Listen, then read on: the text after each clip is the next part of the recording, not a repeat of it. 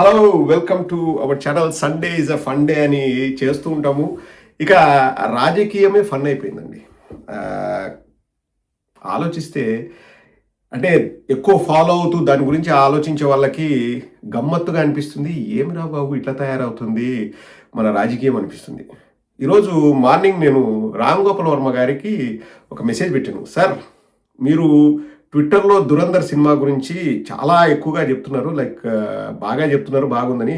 నిజంగా బాగుందా సార్? 4 గంటల సినిమా చూడాలంటే నాకు భయమేస్తుంది అంటే, no, it's a fantastic movie, go and watch అన్నారు. ఈరోజు ఉదయమే థియేటర్కి వెళ్ళి నేను మా ఫ్రెండ్ వెళ్ళి సినిమా చూసాము. 4 గంటల సినిమా. నేను మామూలుగా అయితే ఏ సినిమాకి వెళ్ళినా ఒక 10-15 నిమిషాల తర్వాత ల్యాగ్ ఉండి ఏదైనా ఉంటే నిద్ర వస్తుంది. కానీ ఒక్క నిమిషం కూడా నిద్రపోలేదు. So that's all about the movie. చూడాలనుకున్నాను చూడండి. బట్ మోర్ ఆఫ్ ఏమంటారు, bloodshed and like violence ఎక్కువ ఉంటుంది. చూడాలనుకుంటే చూడండి, తప్పలేదు. పైసా వసూల్ మూవీ.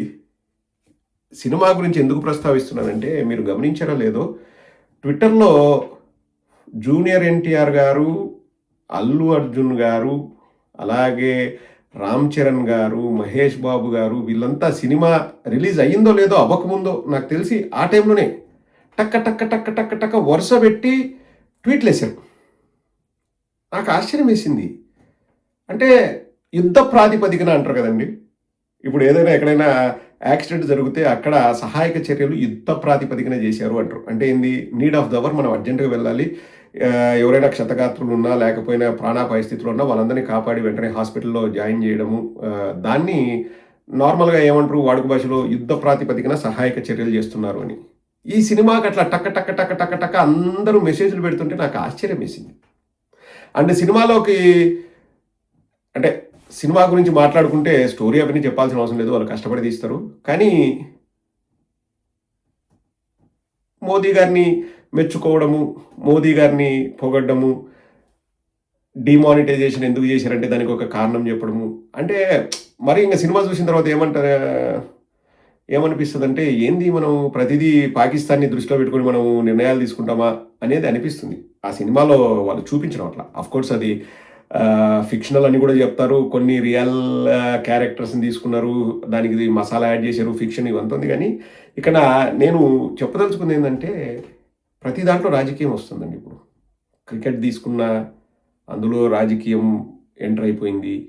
ఎందుకంటే ఇప్పుడు ఎవరైనా మంచి స్కోర్ చేస్తే వాడు హిందువా, వాడు క్రిస్టియనా, వాడు ముస్లిమా అనే మాట్లాడుకునే దయనీయ స్థితికి క్రికెట్ కూడా చేరుకుంది. ఇప్పుడు సోషల్ మీడియాలో చూస్తే ఎవరైనా సెంచరీ కొడితే, అబ్బా చూసారా మన హిందూ సెంచరీ కొట్టాడు, లేకపోతే వేరే వాళ్ళు ఎవరైనా కొడితే వాడు వాడిని పట్టించుకోవాల్సిన ఈ టైప్లో, అంటే అన్నిట్లోకి రాజకీయాలు వెళ్తున్నాయి. ఇప్పుడు 'దురంధర్' సినిమాలో కూడా ఇంకా రాజకీయ నిర్ణయాలు, ఎందుకంటే ప్రభుత్వాల నిర్ణయాలు తీసుకుంటారు, దాని గురించి మాట్లాడి ఇప్పుడు కొత్త ఇండియా వచ్చింది, తగ్గేది లేదు, మేము ఇది చేస్తాం అది చేస్తామని మాట్లాడడము, ఇవన్నీ కూడా ఉన్నాయి.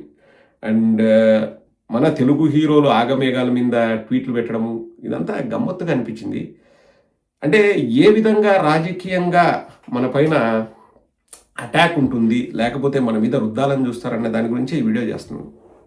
మనము ఒక వారం క్రితం చూస్తే మనం వరుసగా అవతల వాళ్ళని ఇరుకుని పెట్టేలాగా మనం అన్నీ కూడా ప్రజల్లోకి తీసుకెళ్ళాం. ప్రతి ఒక్క విషయాన్ని అండి, ఏదైనా తీసుకోండి మీరు. అరవ శ్రీధర్ విషయం కానీ, లేకపోతే బిఆర్ నాయుడు విషయం కానీ, లేకపోతే లడ్డులో కల్తీ అంటే జంతు కొవ్వు లేదన్న విషయం కానీ, లేకపోతే వివేకానంద రెడ్డి గారి మర్డర్ కేసు గురించి కానీ, అన్నీ కూడా టక్క టక్క టక్క టక్క టక్క వైఎస్ఆర్ కాంగ్రెస్ పార్టీ వాళ్ళు చాలా చాలా చక్కగా ప్రజలకు వివరించారు ఏం జరుగుతుంది ఏంటనేది. అండ్ ప్రభుత్వాలు చేస్తున్న పనుల్ని ఎండగట్టడంలో కానీ, ఇదంతా కూడా లాస్ట్ నవంబర్లో ప్రైవేటైజేషన్, మెడికల్ కాలేజీలు ప్రైవేటైజేషన్ దగ్గర నుంచి చూస్తే అనేక విషయాలపైన ఉద్యమాలే చేశాం. వైఎస్ఆర్ కాంగ్రెస్ పార్టీ ప్రతి కార్యకర్త కూడా చాలా చక్కగా పనిచేశాం. It's a fantastic work.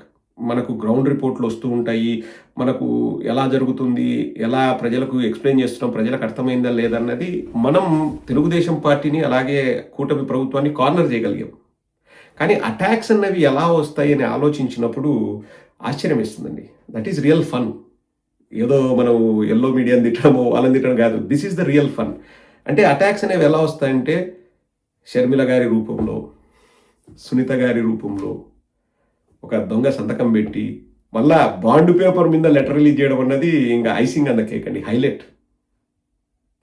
Bond paper మీద లెటర్ రిలీజ్ చేయడం మీరు ఎప్పుడైనా చూసారా? అంటే ఇంకా ఇది నిజము అని చెప్పి నమ్మించడానికి ఎంత ప్రయత్నాలు చేస్తున్నారు చూడండి. అంటే ఇప్పుడు సింపుల్ అండి, ఇప్పుడు నేను మా అన్న, నాకు 2 అన్నలు ఉన్నారు, గొడవ పడ్డాం అనుకోండి, ప్రపంచానికి దాంతో అవసరం లేదు. ఎందుకంటే మాకు మనస్పర్ధలు వస్తే ఎవరైనా పెద్ద మనిషి వచ్చేసి సార్ట్అవుట్ చేస్తాడు, లేదా కోర్టుకు వెళ్తాం, లీగల్గా ఫార్వర్డ్ చేస్తాం, ఆ ఇష్యూని లీగల్గా సార్ట్అవుట్ చేసుకుంటాం.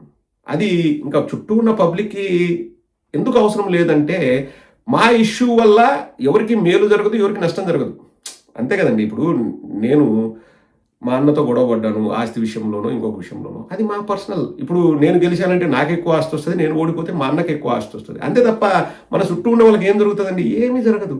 దానివల్ల జీరో ఉపయోగం. ఇప్పుడు షర్మిల గారు బయటకు వచ్చేసి నాకు ఆస్తి ఇవ్వలేదు అని గగ్గోలు పెడుతున్నారు. రేపు పొద్దున షర్మిలాకి ఆస్తి వచ్చినా నీకు నాకు ఏం దానివల్ల ఉపయోగము? కానీ ఎవరికి ఉపయోగము? చంద్రబాబు నాయుడికి ఉపయోగం.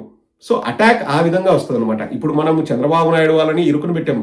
నేను అందుకనే ఎన్నిసార్లు మీకు చెప్పానండి, నారా లోకేష్ ఏ ఒక్కదానికైనా సమాధానం చెప్పగలిగాడా?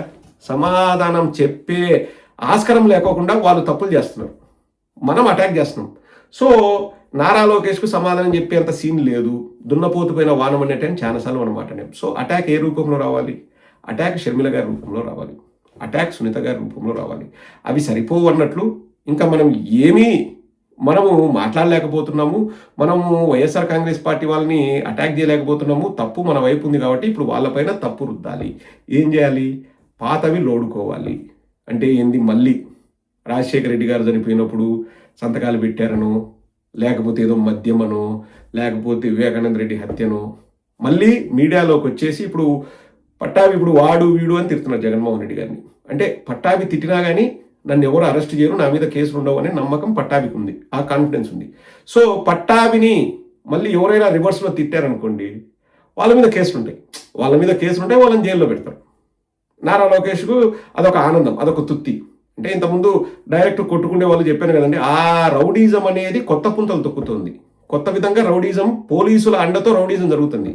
మళ్ళీ పోలీసులకు ఇష్టముడి చేయడం కాదు, ఇంకా పోలీసులకు తప్పదన్నట్లు, లేకపోతే నా ఉద్యోగానికి ఎసరు పెడతాడు నారా లోకేష్, వాళ్ళ దగ్గర అధికారం ఉందని ఇంకా పోలీసులు కూడా మనసు చంపుకొని వాళ్ళు పనిచేస్తున్నారు.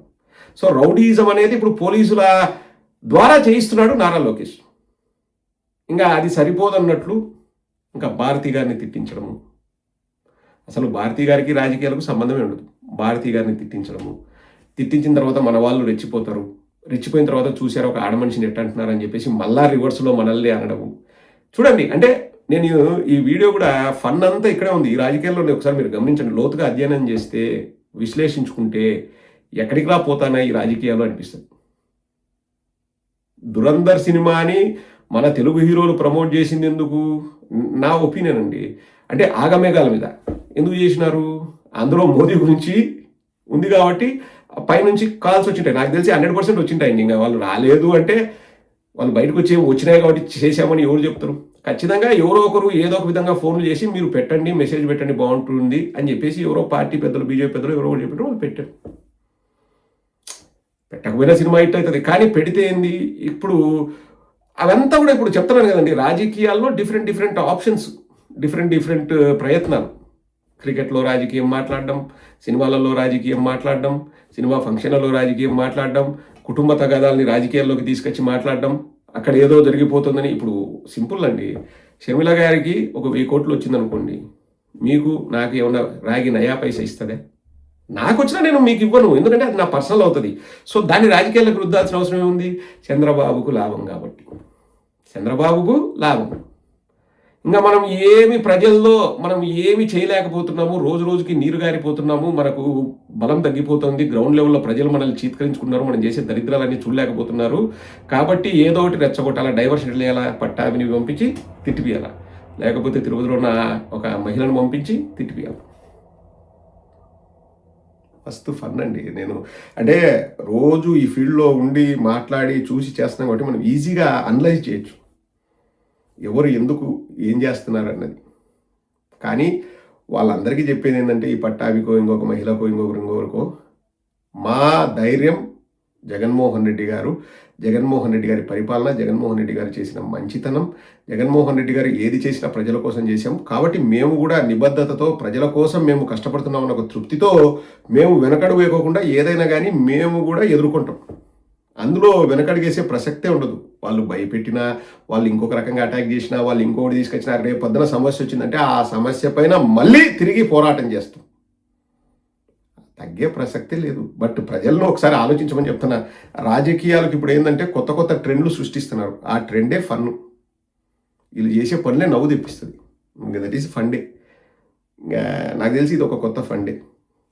బట్ ఎన్ని రకాలుగా ఎన్ని ప్రయత్నాలు చేసినా వైఎస్ఆర్సీపీ బలం జగన్మోహన్ రెడ్డి గారు క్యాడర్. మనకి ఇప్పుడు గ్రాస్ రూట్ లెవెల్స్లో చాలా బలంగా ఉంది పార్టీ. చాలా చాలా చాలా ఇంతకంటే ఎక్కువ ఉత్సాహంతో పనిచేయడానికి కూడా ప్రతి ఒక్కరూ సిద్ధంగా ఉన్నారు. అండ్ ఒక పట్టాగి వచ్చినాడా, ఇంకొకడు వచ్చినాడా, ఇంకొక గొట్టంగాడు వచ్చినాడా అన్నది ఎవ్వడు కూడా కేర్ చేసే ప్రసక్తే లేదు. ఇంకా చాలా చాలా విచిత్రాలు చూడబోతున్నాం రాబోయే రోజుల్లో. బట్ ప్రతి ఒక్క విచిత్రానికి మన దగ్గర విరుగుడైతే ఉంది. అది